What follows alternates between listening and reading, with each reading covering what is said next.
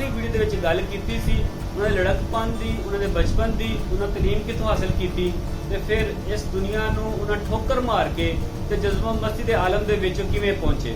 ਬਾਬਾ ਬੁੱਲੇ ਸ਼ਾਹ ਨੇ ਕਸੂਰ ਦੇ ਵਿੱਚ ਉਸ ਤੋਂ ਬਾਅਦ ਇੱਕ ਤਵਾਇਫ ਦੀ ਸ਼ਾਗਿਰਦੀ ਇਖਤਿਆਰ ਕੀਤੀ, ਹਿਜੜੇ ਤੇ ਖਵਾਜਾ ਸਰਾ ਦੀ ਸ਼ਾਗਿਰਦੀ ਇਖਤਿਆਰ ਕੀਤੀ ਤੇ ਉਹਦੇ ਕੋਲੋਂ ਰਕਸ, ਮੂਸੀਕੀ ਤੇ ਲਹਿ ਸਿੱਖੀ। ਚੱਲ ਬੁੱਲਿਆ ਚੱਲ ਉੱਥੇ ਚੱਲੀਏ ਜਿੱਥੇ ਸਾਰੇ ਹੀ ਅੰਨੇ। ਬੁੱਲੇ ਸ਼ਾਹ ਰਕਸ ਦੇ ਵਿੱਚ ਮਜਰੂਬ ਹੋਏ ਫਿਰਦੇ ਸਨ। ਐਸੇ ਮਸਜਿਦ ਦੇ ਵਿੱਚ ਫਿਰਦਿਆਂ ਫਰਾਂਦਿਆਂ ਬਾਬਾ ਬੁੱਲੇ ਸ਼ਾਹ ਬਟਾਲਾ ਪਹੁੰਚ ਗਏ। ਉਹਨਾਂ ਨੇ ਬੁੱਲੇ ਸ਼ਾਹ ਨੂੰ ਵੇਖਦੇ ਹੀ ਆਖਿਆ, ਹਾਂ ਵੀ ਜਵਾਨਾ ਕੀ ਆਨਾ ਹੈ? ਤੇ ਬਾਬਾ ਬੁੱਲੇ ਸ਼ਾਹ ਨੇ ਫਿਰ ਉਹੀ ਆਖਿਆ ਕਿ ਮੈਂ ਅੱਲਾ। ਇਹੀ ਵਜ੍ਹਾ ਹੈ ਕਿ ਬਾਬਾ ਬੁੱਲੇ ਸ਼ਾਹ ਦੇ ਕਲਾਮ ਦੇ ਵਿੱਚ 13 ਅਲਫਾਜ਼ ਉਹ ਮਿਲਦੇ ਨੇ ਜਿਹੜੇ ਉਸ ਵਕਤ ਦੇ ਜਾਬਰ ਤੇ ਜ਼ਾਲਮ ਹੁਕਮਰਾਨ, ਪੰਜਾਬ ਉੱਤੇ ਹਮਲਾਵਰ ਹੋਣ ਵਾਲੇ ਜੰਗਜੂ ਦਾ ਕਲਾਮ ਮਸ਼ਹੂਰ ਹੁੰਦਾ ਗਿਆ। ਉਵੇਂ ਬਾਬੇ ਬੁੱਲੇ ਸ਼ਾਹ ਤੇ ਫਤਵਿਆਂ ਦੀ ਬਰਸਾਤ ਵੱਧਦੀ ਗਈ। ਉੱਥੇ ਇਹ ਗੱਲ ਕਾਬਲੇ ਗੌਰ ਹੈ ਕਿ ਉਹਨਾਂ ਦੇ ਹੱਥ ਨਾਲ ਲਿਖਿਆ ਹੋਇਆ ਕੁਰਾਨ ਪਾਕ ਦਾ ਇੱਕ ਨੁਸਖਾ ਜਿਹੜਾ ਕਿ ਅੱਜ ਵੀ ਮਹਿਫੂਜ਼ ਹੈ, ਮੌਜੂਦ ਹੈ। ਤੇ ਜਿਹੜਾ ਬੰਦਾ ਜਨਾਜ਼ਾ ਪੜ੍ਹਨ ਜਾਏਗਾ ਉਹਦਾ ਨਕਾਹ ਬਾਤਲ ਹੋ ਜਾਏਗਾ। अस्सलाम वालेकुम नाज़रीन, मैं हाँ तुहाडा दोस्त ते भरा मुदस्सर नवाज चद्दड़ ते तुसीं देख रहे हो साडा YouTube चैनल सफरनोश। सफरनोश दे वेखण वालिਆਂ ਨੂੰ ਸਾਡੀ ਤਰਫੋਂ ਪਿਆਰ ਭਰਾ ਸਲਾਮ, ਇਸ ਉਮੀਦ ਨਾਲ ਕਿ ਤੁਸੀਂ ਸਾਰੇ ਖੈਰ ਵਫੀਅਤ ਨਾਲ ਹੋਵੋਗੇ। ਜਿਵੇਂ ਕਿ ਤੁਹਾਨੂੰ ਪਤਾ ਹੈ ਕਿ ਸਾਡੀ ਆਖਰੀ ਵੀਡੀਓ ਪੀਰ ਬਾਬਾ ਬੁੱਲੇ ਸ਼ਾਹ ਸਰਕਾਰ ਤੇ ਆਈ ਸੀ। ਸਾਡੀ ਤਰਫੋਂ ਸਾਨੂੰ ਬੜਾ ਪਿਆਰ ਮਿਲਿਆ ਸੀ। ਟਾਈਮ ਦੀ ਕਮੀ ਦੀ ਵਜ੍ਹਾ ਤੋਂ ਅਸੀਂ ਉਹਨਾਂ ਦੀ ਗੱਲ ਪੂਰੀ ਨਹੀਂ ਸਾਂ ਕਰ ਸਕੇ। ਆਖਰੀ ਵੀਡੀਓ ਦੇ ਵਿੱਚ ਗੱਲ ਕੀਤੀ ਸੀ ਉਹਨਾਂ ਦੇ ਲੜਕਪਨ ਦੀ, ਉਹਨਾਂ ਦੇ ਬਚਪਨ ਦੀ, ਉਹਨਾਂ ਤਾਲੀਮ ਕਿੱਥੋਂ ਹਾਸਲ ਕੀਤੀ ਤੇ ਫਿਰ ਇਸ ਦੁਨੀਆ ਨੂੰ ਉਹਨਾਂ ਠੋਕਰ ਮਾਰ ਕੇ ਤੇ ਜਜ਼ਬਾ ਮਸਤੀ ਦੇ ਆਲਮ ਦੇ ਵਿੱਚ ਕਿਵੇਂ ਪਹੁੰਚੇ। ਜੇ ਤੁਸੀਂ ਸਾਡੀ ਉਹ ਵੀਡੀਓ ਨਹੀਂ ਵੇਖੀ ਹੈ ਤੇ ਤੁਹਾਡੇ ਅੱਗੇ ਗੁਜ਼ਾਰਿਸ਼ ਹੈ ਕਿ ਸਾਡਾ ਚੈਨਲ ਵਿਜ਼ਿਟ ਕਰਕੇ ਉਹ ਵੀਡੀਓ ਵੇਖ ਸਕਦੇ ਹੋ। ਨਹੀਂ ਤੇ ਆ ਉੱਪਰ ਕਾਰਨਰ ਤੇ ਤੁਹਾਨੂੰ ਲਿੰਕ ਮਿਲੇਗਾ, ਉਹ ਲਿੰਕ ਤੇ ਕਲਿੱਕ ਕਰੋ ਤੇ ਤੁਸੀਂ ਡਾਇਰੈਕਟਲੀ ਉਸ ਵੀਡੀਓ ਤੇ ਚਲੇ ਜਾਓਗੇ। ਲੋ ਅਸੀਂ ਉਸ ਗੱਲ ਤੋਂ ਅਗਲੀ ਗੱਲ ਸ਼ੁਰੂ ਕਰਨੇ ਆ ਕਿ ਕਿਵੇਂ ਬਾਬੇ ਬੁੱਲੇ ਸ਼ਾਹ ਨੇ ਆਪਣੇ ਹੱਥੋਂ ਤਸਬੀਹ ਛੱਡੀ ਤੇ ਤਸਬੀਹ ਛੱਡ ਕੇ ਤੇ ਆਪਣਾ ਘਰ-ਬਾਰ ਛੱਡ ਕੇ ਤੇ ਭੱਜ ਗਿਆ।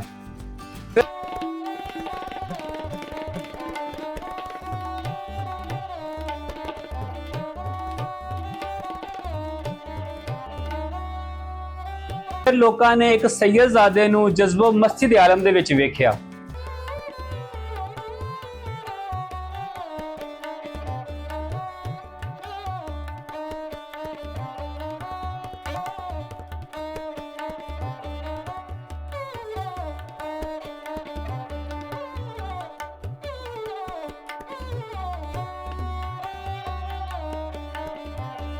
ਬਾਬਾ ਬੁੱਲੇ ਸ਼ਾਹ ਨੇ ਕਸੂਰ ਦੇ ਵਿੱਚ ਉਸ ਤੋਂ ਬਾਅਦ ਇੱਕ ਤਵਾਇਫ ਦੀ ਸ਼ਾਗਿਰਦੀ ਇਖਤਿਆਰ ਕੀਤੀ। ਤਵਾਇਫ ਦੀ ਸ਼ਾਗਿਰਦੀ ਤੋਂ ਮੁਰਾਦ ਉਹ ਵਾਲੀ ਤਵਾਇਫ ਨਹੀਂ ਜਿਹਨੂੰ ਅਸੀਂ ਅੱਜ ਕੱਲ ਤਵਾਇਫ ਸਮਝਦੇ ਆ। ਉਸ ਦੌਰ ਦੇ ਵਿੱਚ ਲੋਕੀ ਤਵਾਇਫਾਂ ਕੋਲ ਸ਼ਾਗਿਰਦੀ ਇਖਤਿਆਰ ਕਰ ਸਨ ਅਦਬ ਸਿੱਖਣ ਵਾਸਤੇ ਤੇ ਰਹਿਣ ਸਹਿਣ ਦੇ ਤਰੀਕੇ ਤੇ ਸਲੀਕੇ ਸਿੱਖਣ ਵਾਸਤੇ। ਤਵਾਇਫ ਦੀ ਸ਼ਾਗਿਰਦੀ ਤੋਂ ਬਾਅਦ ਬਾਬਾ ਬੁੱਲੇ ਸ਼ਾਹ ਗਿਆ ਚਲੇ ਗਏ। ਗਿਆ ਇੱਕ ਉਸ ਇਲਾਕੇ ਨੂੰ ਕਹਿੰਦੇ ਨੇ ਜਿੱਥੇ ਲੋਕ ਰਕਸ ਤੇ ਮੌਸੀਕੀ ਸਿੱਖਦੇ ਨੇ। ਉੱਥੇ ਉਹਨਾਂ ਇੱਕ ਹਿਜੜੇ ਤੇ ਖਵਾਜਾ ਸਰਾ ਦੀ ਸ਼ਾਗਿਰਦੀ ਇਖਤਿਆਰ ਕੀਤੀ ਤੇ ਉਹਦੇ ਕੋਲੋਂ ਰਕਸ, ਮੂਸੀਕੀ ਤੇ ਲਹਿ ਸਿੱਖੀ।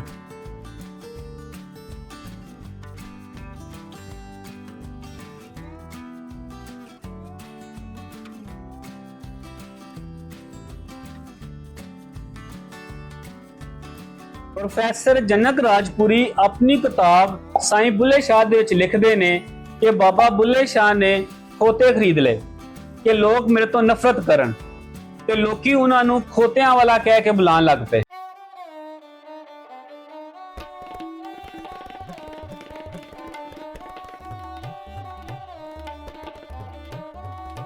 ਚੱਲ ਬੁੱਲਿਆ ਚੱਲ ਉੱਥੇ ਚੱਲੀਏ ਜਿੱਥੇ ਸਾਰੇ ਹੀ ਅੰਨੇ, ਨਾ ਕੋਈ ਸਾਡੀ ਜ਼ਾਤ ਪਛਾਣੇ ਨਾ ਕੋਈ ਸਾਨੂੰ ਮੰਨੇ।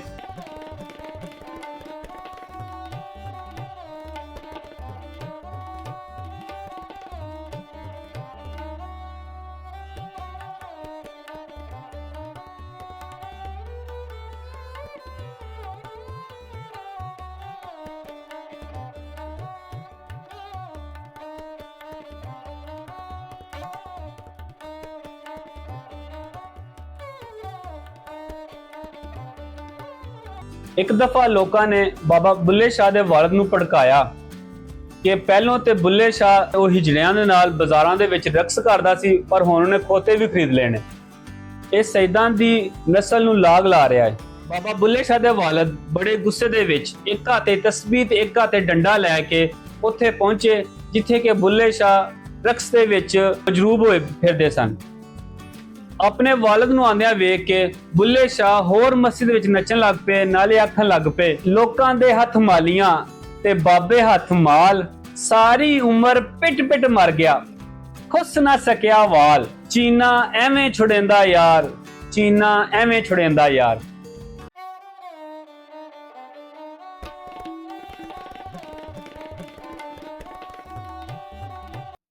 ਜਦੋਂ ਬਾਬਾ ਬੁੱਲੇ ਸ਼ਾਹ ਦੇ ਵਾਲਿਦ ਨੇ ਇਹ ਗੱਲ ਸੁਣੀ ਤੇ ਉਹ ਵੀ ਵਜਦ ਚ ਆ ਗਏ।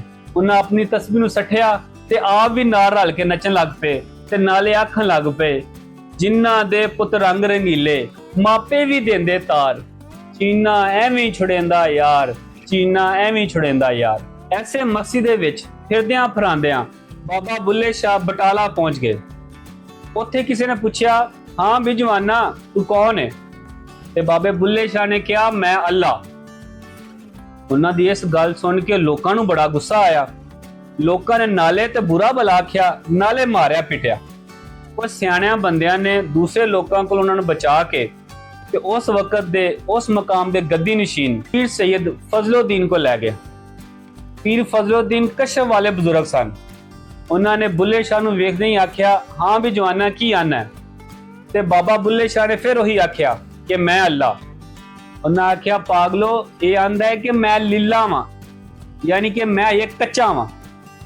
ਪੀਰ ਸੈयद ਫਜ਼ਲੁਦੀਨ ਸ਼ਾਹ ਨੇ ਬਾਬੇ ਬੁੱਲੇ ਸ਼ਾਹ ਨੂੰ ਵੇਖ ਕੇ ਆਖਿਆ, ਤੇ ਜੇ ਪਕਣਾ ਹੀ ਲਾਹੌਰ ਸ਼ਾਹ ਨਾਇਦ ਕੋਲ ਟੁਰ ਜਾ। ਇਹ ਸ਼ਾਹ ਆਪਣੇ ਪੀਰ ਨੂੰ ਵੇਖਦੇ ਹੀ ਉਹਨਾਂ ਤੇ ਫਿਦਾ ਹੋ ਗਏ ਸਨ। ਉਹਨਾਂ ਦੀ ਮੁਰੀਦੀ ਹਾਸਲ ਕਰਨ ਤੋਂ ਬਾਅਦ ਪੀਰ ਨਾਇਦ ਸ਼ਾਹ ਨੇ ਬਾਬਾ ਬੁੱਲੇ ਸ਼ਾਹ ਕੋਲ ਸਿਰਫ ਇੱਕੋ ਹੀ ਵਾਅਦਾ ਲਿਆ ਸੀ ਕਿ ਬੁੱਲਿਆ ਆਪਣੀ ਮੈਂ ਮਾਰ ਦੇਈਂ। ਫਿਰ ਬੁੱਲੇ ਨੇ ਉੱਥੇ ਆਪਣੀ ਮੈਂ ਇੰਜ ਦੀ ਮਾਰੀ ਕਿ ਉਹਨਾਂ ਦੇ ਕਲਾਮ ਦੇ ਵਿੱਚੋਂ ਵੀ, ਉਹਨਾਂ ਦੇ ਅਲਫਾਜ਼ਾਂ ਦੇ ਵਿੱਚੋਂ ਵੀ ਉਹਨਾਂ ਦੀ ਮੈਂ ਮਰੀ ਨਜ਼ਰ ਆਂਦੀ ਹੈ। ਇੱਥੇ ਹੀ ਬਾਬੇ ਬੁੱਲੇ ਸ਼ਾਹ ਨੇ ਆਖਿਆ ਸੀ, ਬੁੱਲਾ ਗੈਰ ਸ਼ਰਾ ਨਾ ਹੋਵੇ, ਸੁਖ ਦੀ ਨੀਂਦਰ ਭਰ ਕੇ ਸੋਵੇ, ਅਨਲ ਹੱਕ ਨਾ ਮੁਖੋਂ ਬਿਗੋਵੇ, ਚੜ ਸੂਲੀ ਡੋਲਾ ਗਾਵੇਂਗਾ।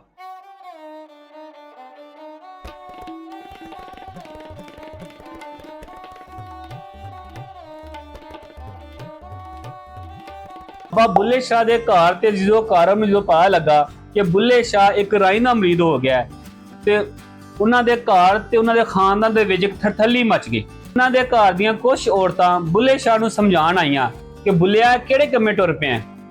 ਇਸੇ ਹੀ ਵਾਕਿਏ ਨੂੰ ਬੁੱਲੇ ਸ਼ਾਹ ਨੇ ਆਪਣੇ ਕਲਾਮ ਦੇ ਵਿੱਚ ਇੰਜ ਲਿਖਿਆ ਹੈ, ਬੁੱਲੇ ਨੂੰ ਸਮਝਾਵਣ ਆਈਆਂ ਭੈਣਾਂ ਤੇ ਭਰਜਾਈਆਂ, ਮੰਨ ਲੈ ਬੁੱਲਿਆ ਸਾਡਾ ਕਹਿਣਾ, ਛੱਡ ਦੇ ਪੱਲਾ ਰਾਈਆਂ, ਆਲ ਨਬੀ ਔਲਾਦ ਅਲੀ ਨੂੰ ਤੂੰ ਕਿਉਂ ਲੀਕਾਂ ਲਾਈਆਂ। ਤੇ ਇਸ ਤੋਂ ਬਾਅਦ ਬੁੱਲੇ ਸ਼ਾਹ ਨੇ ਉਹਨਾਂ ਦਾ ਜਵਾਬ ਕਿਵੇਂ ਲਿਖਿਆ ਹੈ, ਜਿਹੜਾ ਸਾਨੂੰ ਸੈयद ਆਖੇ ਦੋਜ਼ਖ ਮਿਲਣ ਸਜ਼ਾਈਆਂ, ਜਿਹੜਾ ਸਾਨੂੰ ਰਾਈ ਆਖੇ ਬਿਸ਼ਤੀ ਪਿੰਗਾ ਪਾਈਆਂ, ਜੇ ਤੂੰ ਲੂਨੇ ਬਾਗ ਬਹਾਰਾ, ਬੁੱਲਿਆ ਤਾਲਬ ਹੋ ਜਾ ਰਾਈਆਂ, ਬੁੱਲਿਆ ਤਾਲਬ ਹੋ ਜਾ ਰਾਈਆਂ। ਬਾਬਾ ਬੁੱਲੇ ਸ਼ਾਹ ਬਾਗੀ ਨਹੀਂ ਸੀ, ਉਹ ਸਾਡੇ ਵਾਂਗੂ ਉਸ ਦੌਰ ਦੇ ਰਸਮੋ ਰਿਵਾਜ ਦੇ ਖਿਲਾਫ ਸੀ ਤੇ ਦੀਨ ਦੇ ਉੱਤੇ ਉਲਮਾ ਕਰਾਮ ਦੀ ਇਜਾਰਾਦਾਰੀ ਦੇ ਖਿਲਾਫ ਸੀ, ਜਿਹੜੇ ਕਿ ਨੀਅਤਾਂ ਦੇ ਖੋਟੇ ਹੁੰਦੇ ਸਨ ਤੇ ਲੋਕਾਂ ਨੂੰ ਦੀਨ ਸਮਝਾਉਂਦੇ ਸਨ। ਇਹੀ ਵਜ੍ਹਾ ਹੈ ਕਿ ਬਾਬਾ ਬੁੱਲੇ ਸ਼ਾਹ ਦੇ ਕਲਾਮ ਦੇ ਵਿੱਚ 13 ਅਲਫਾਜ਼ ਉਹ ਮਿਲਦੇ ਨੇ ਜਿਹੜੇ ਉਸ ਵਕਤ ਦੇ ਜਾਬਰ ਤੇ ਜ਼ਾਲਮ ਹੁਕਮਰਾਨ, ਪੰਜਾਬ ਉੱਤੇ ਹਮਲਾਵਰ ਹੋਣ ਵਾਲੇ ਜੰਗਜੂ, ਉਸ ਤੋਂ ਬਾਅਦ ਐਸੇ ਉਹ ਉਲਮਾ ਕਰਾਮ ਤੇ ਗੱਦੀ ਨਸ਼ੀਨ ਜਿਹੜੇ ਕਿ ਢਿੱਡੋਂ ਤੇ ਪਲੀਤ ਨੇ ਤੇ ਬਾਹਰੋਂ ਪਾਕੀ ਦਾ ਦਾਵਾ ਕਰਦੇ ਨੇ, ਉਹਨਾਂ ਦੇ ਖਿਲਾਫ ਸੀ। ਜਿਵੇਂ ਜਿਵੇਂ ਬਾਬਾ ਬੁੱਲੇ ਸ਼ਾਹ ਦਾ ਕਲਾਮ ਮਸ਼ਹੂਰ ਹੁੰਦਾ ਗਿਆ, ਉਵੇਂ ਉਵੇਂ ਬਾਬੇ ਬੁੱਲੇ ਸ਼ਾਹ ਤੇ ਫਤਵਿਆਂ ਦੀ ਬਰਸਾਤ ਵੱਧਦੀ ਗਈ। ਪਹਿਲੋਂ ਕਾਫਰ ਤੇ ਫਿਰ ਮੁਰਤਦ, ਤੇ ਉਸ ਤੋਂ ਬਾਅਦ ਉਹਨੂੰ ਮੁਲਕ ਬਦਰ, ਸ਼ਹਿਰ ਬਦਰ, ਤੁਸੀਂ ਕਹਿ ਦਿਓ ਕਿ ਹਰ ਕਿਸਮ ਦਾ ਫਤਵਾ ਲਾ ਕੇ ਤੇ ਉਹਨੂੰ ਸ਼ਹਿਰੋਂ ਕੱਢ ਦਿੱਤਾ ਗਿਆ ਸੀ। ਆਪਣੇ ਵਜਦ ਵਿੱਚ ਆ ਕੇ ਇੱਕ ਦਿਨ ਬਾਬਾ ਬੁੱਲੇ ਸ਼ਾਹ ਆਪਣੇ ਖਿਲਾਫ ਉੱਠਣ ਵਾਲੇ ਫਤਵੇ ਦੇ ਜਵਾਬ ਦੇ ਤੌਰ ਤੇ ਕੁਝ ਸਖਤ ਅਲਫਾਜ਼ ਬੋਲ ਬੈਠੇ। ਜਿਵੇਂ ਕਿ ਤੁਹਾਨੂੰ ਮੈਂ ਪਹਿਲਾਂ ਦੱਸਿਆ ਸੀ ਕਿ ਉਹਨਾਂ ਦੇ ਪੀਰ ਨੇ ਉਹਨਾਂ ਕੋਲ ਸਿਰਫ ਇੱਕ ਹੀ ਵਾਅਦਾ ਲਿਆ ਸੀ ਕਿ ਬੁੱਲਿਆ ਤੂੰ ਆਪਣੀ ਮੈਂ ਮੁਕਾਣੀ ਹੈ। ਇਹੀ ਸਖਤ ਅਲਫਾਜ਼ਾਂ ਦੀ ਵਜ੍ਹਾ ਤੋਂ ਉਹਨਾਂ ਦੇ ਪੀਰ ਉਹਨਾਂ ਨਾਲ ਨਾਰਾਜ਼ ਹੋ ਗਏ। ਫਿਰ ਦੁਨੀਆ ਨੇ ਵੇਖਿਆ ਕਿ ਬਾਬੇ ਬੁੱਲੇ ਸ਼ਾਹ ਨੇ ਲਾਹੌਰ ਦੀ ਮਸਜਿਦ ਦੇ ਸਾਹਮਣੇ ਘੁੰਗਰੂ ਬਨ ਕੇ ਆਪਣਾ ਯਾਰ ਮਨਾਇਆ। ਉਹਨਾਂ ਦੇ ਅਲਫਾਜ਼ ਦੀ ਘੁੰਗਰੂਆਂ ਦੀ ਛਣਕਾਰ ਪੂਰੇ ਬਰੇ ਸਗੀਰ 'ਚ ਸੁਣਾਈ ਦਿੰਦੀ ਸੀ। ਜਿੱਥੇ ਕਿ ਬਾਬੇ ਬੁੱਲੇ ਸ਼ਾਹ ਦੀਆਂ ਹੋਰ ਵੀ ਸ਼ਾਹਕਾਰ ਤਸਾਨੀਫ ਮੌਜੂਦ ਨੇ, ਉੱਥੇ ਇਹ ਗੱਲ ਕਾਬਲੇ ਗੌਰ ਹੈ ਕਿ ਉਹਨਾਂ ਦੇ ਹੱਥ ਨਾਲ ਲਿਖਿਆ ਹੋਇਆ ਕੁਰਾਨ ਪਾਕ ਦਾ ਇੱਕ ਨੁਸਖਾ ਜਿਹੜਾ ਕਿ ਅੱਜ ਵੀ ਮਹਿਫੂਜ਼ ਹੈ, ਮੌਜੂਦ ਹੈ। ਕੁਫਰ ਤੇ ਮੁਰਤਦ ਹੋਣ ਦੇ ਫਤਵਿਆਂ ਦਾ ਇੰਨਾ ਜ਼ੋਰ ਸੀ ਕਿ ਬਾਬਾ ਬੁੱਲੇ ਸ਼ਾਹ ਦੇ ਮਰਨ ਤੋਂ ਬਾਅਦ ਉਸ ਵਕਤ ਦੇ ਉਲਮਾ ਕਰਾਮ ਨੇ ਇਹ ਫਤਵਾ ਦਿੱਤਾ ਸੀ ਕਿ ਜਿਹੜਾ ਬੰਦਾ ਬਾਬਾ ਬੁੱਲੇ ਸ਼ਾਹ ਦਾ ਜਨਾਜ਼ਾ ਪੜ੍ਹਾਏਗਾ ਉਹ ਦੀਨ ਤੋਂ ਖਾਰਜ ਹੋ ਜਾਏਗਾ, ਤੇ ਜਿਹੜਾ ਬੰਦਾ ਜਨਾਜ਼ਾ ਪੜ੍ਹਨ ਜਾਏਗਾ ਉਹਦਾ ਨਿਕਾਹ ਬਾਤਲ ਹੋ ਜਾਏਗਾ। ਜਿਵੇਂ ਕਿ ਅੱਜ ਹਰ ਬੰਦੇ ਨੂੰ ਪਤਾ ਹੈ ਕਿ ਨਿਕਾਹ ਦਾ ਝਾਂਸਾ ਇਹ ਮੌਲਵੀ ਹਰ ਬੰਦੇ ਨੂੰ ਆਪਣੇ ਮਤਲਬ ਦੇ ਫਤਵੇ ਵਾਸਤੇ ਦੇ ਦਿੰਦੇ ਨੇ। ਇਸ ਗੱਲ ਦਾ ਇੰਨਾ ਅਸਰ ਹੋਇਆ ਕਿ 3 ਦਿਨ ਤੱਕ ਬਾਬਾ ਬੁੱਲੇ ਸ਼ਾਹ ਦੀ ਲਾਸ਼ ਅੱਜ ਜਿੱਥੇ ਰੇਲਵੇ ਸਟੇਸ਼ਨ ਮੌਜੂਦ ਹੈ ਉਦੋਂ ਉੱਥੇ ਰੂੜੀ ਹੁੰਦੀ ਸੀ ਤੇ ਸਾਰੇ ਸ਼ਹਿਰ ਦਾ ਕੂੜਾ ਕ੍ਰਿਕਟ ਉੱਥੇ ਇਕੱਠਾ ਹੁੰਦਾ ਸੀ। 3 ਦਿਨ ਤੱਕ ਬਾਬਾ ਬੁੱਲੇ ਸ਼ਾਹ ਦੀ ਲਾਸ਼ ਉਸ ਰੂੜੀ ਤੇ ਉੱਤੇ ਪਈ ਰਹੀ ਤੇ ਕਿਸੇ ਬੰਦੇ ਨੇ ਉਹਨਾਂ ਨੂੰ ਦਫਨਾਉਣ ਦੀ ਜ਼ਰੂਰਤ ਨਹੀਂ ਕੀਤੀ ਹੈ। ਫਿਰ ਕੁਝ ਖਵਾਜਾ ਸਰਾਵਾਂ ਦਾ ਗਰੋਹ ਜਿੰਨਾ ਗੁਜ਼ਰ ਉੱਥੋਂ ਹੋਇਆ ਤੇ ਉਹਨੂੰ ਪਤਾ ਲੱਗਾ, ਉਹਨਾਂ ਵੇਖਿਆ ਕਿ 3 ਦਿਨ ਗੁਜ਼ਰਨ ਤੋਂ ਬਾਅਦ ਵੀ ਉਹਨਾਂ ਦੀ ਲਾਸ਼ ਦੇ ਵਿੱਚੋਂ ਖੁਸ਼ਬੂਆਂ ਆ ਰਹੀਆਂ ਨੇ। ਉਹਨਾਂ ਨੇ ਉਹਨਾਂ ਦੀ ਲਾਸ਼ ਨੂੰ ਚੁੱਕਿਆ ਤੇ ਕਸੂਰ ਸ਼ਹਿਰ ਤੋਂ ਬਾਹਰ ਇੱਕ ਵੀਰਾਨ ਜਗ੍ਹਾ ਤੇ ਦਫਨਾਇਆ। ਇਸ ਮਕਾਮ ਤੇ ਮੈਨੂੰ ਵਾਰਿਸ ਸ਼ਾਹ ਦਾ ਸ਼ੇਰ ਬੜਾ ਯਾਦ ਆਂਦਾ ਹੈ ਕਿ ਵਾਰਿਸ ਸ਼ਾਹ ਉਹ ਸਦਾ ਜਿਉਂਦੇ ਨੇ ਜਿਨ੍ਹਾਂ ਕੀਤੀਆਂ ਨੇਕ ਕਮਾਈਆਂ ਨੇ। ਦੁਨੀਆ ਵਾਲੇ ਉਹਨਾਂ ਤੇ ਜਿੰਨੇ ਮਰਜ਼ੀ ਫਤਵੇ ਲਾ ਲੈਣ, ਪਰ ਅੱਜ ਇੰਨੇ ਸਾਲ ਗੁਜ਼ਰਨ ਤੋਂ ਬਾਅਦ 350 ਸਾਲ ਗੁਜ਼ਰ ਜਾਣ ਤੋਂ ਬਾਅਦ ਲੋਕਾਂ ਨੂੰ ਇਹ ਆਸ਼ਕਾਰ ਹੋ ਗਿਆ ਹੈ। ਅੱਜ ਦੇ ਦੌਰ ਦੇ ਵਿੱਚ ਲੋਕ ਬਾਬੇ ਬੁੱਲੇ ਸ਼ਾਹ ਦੇ ਰੋਜ਼ੇ ਤੇ ਜਿੱਥੇ ਉਹਨਾਂ ਨੂੰ ਦਫਨਾਇਆ ਗਿਆ ਸੀ ਜਾਂ ਉਹਦੇ ਇਰਦ ਗਿਰਦ ਦਫਨ ਹੋਣਾ ਬਾਇਸੇ ਫਖਰ ਸਮਝਦੇ ਨੇ। ਇਸ ਤੋਂ ਵੀ ਵੱਡੀ ਗੱਲ ਇਹ ਵੇ ਕਿ ਸਾਰਾ ਕਸੂਰ ਸ਼ਹਿਰ ਤੇ ਉਲਮਾ ਕਰਾਮ ਜਿਨ੍ਹਾਂ ਨੇ ਉਦੋਂ ਫਤਵੇ ਲਾਏ ਸਨ ਉਹਨਾਂ ਦਾ ਨਾਮੋ ਨਿਸ਼ਾਨ ਵੀ ਨਹੀਂ ਹੈ। ਅੱਜ ਕਸੂਰ ਸ਼ਹਿਰ ਸਿਰਫ ਉਹੀ ਆਬਾਦੀ ਹੈ ਜਿਹੜੀ ਕਿ ਮਜ਼ਾਰ ਦੇ ਇਰਦ ਗਿਰਦ ਮੌਜੂਦ ਹੈ। ਇਹਨੇ ਨਾਲ ਮੈਂ ਇੱਕ ਹੋਰ ਗੱਲ ਕਰਦਾ ਚੱਲਾਂ ਕਿ ਬਾਬਾ ਬੁੱਲੇ ਸ਼ਾਹ ਨੇ ਪੰਜਾਬ ਦੀ ਤਹਿਜ਼ੀਬ ਤੇ ਪੰਜਾਬ ਦੀ ਉਦੋਂ ਦੀ ਆਜ਼ਾਦੀ ਤਹਿਰੀਕ ਵਾਸਤੇ ਬਹੁਤ ਕੁਝ ਲਿਖਿਆ ਹੈ।